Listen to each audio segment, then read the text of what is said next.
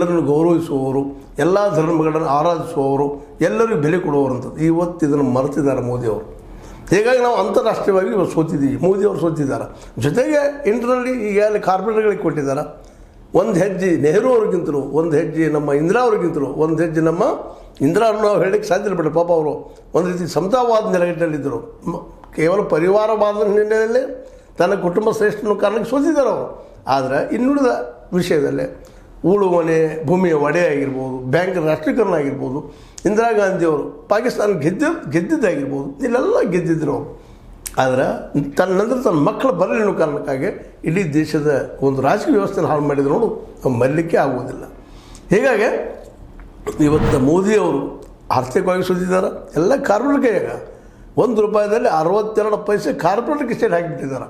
ಇನ್ನುಳಿದ್ರೆ ನಾವೆಲ್ಲ middle class, lower middle class, ಬಡವರು, ದುಡ್ಡು ತಿನ್ನುವಂಥವ್ರು, ಕೂಲಿಕಾರರು ನಾವೆಲ್ಲ ಕೂಡ್ಕೊಂಡ್ಬಿಟ್ಟಿದ್ವಿ. ಅಂದಾಗ ಆರ್ಥಿಕವಾಗಿ ಸೋತಿದ್ದೀವಿ, ಇಂಟರ್ನಲ್ಲಿ ಸೋತಿದ್ದೀವಿ, ಔಟ್ರಲ್ಲಿ ಸೋತೀವಿ. ಮುಂದೇನು ಅನ್ನೋದು ಇವತ್ತು ಎಲ್ಲರನ್ನೂ ಕಾಡುತ್ತಿರುವಂಥ ವಿಷಯ ಆಗಲ್ಲ.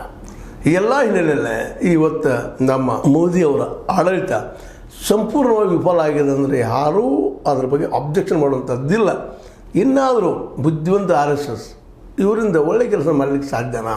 ಅಂತಾರಾಷ್ಟ್ರೀಯ ಮಟ್ಟದಲ್ಲ ತನ್ನ ವ್ಯಕ್ತಿತ್ವವನ್ನು ಪಡೀಲಿಕ್ಕೆ ಸಾಧ್ಯನಾ?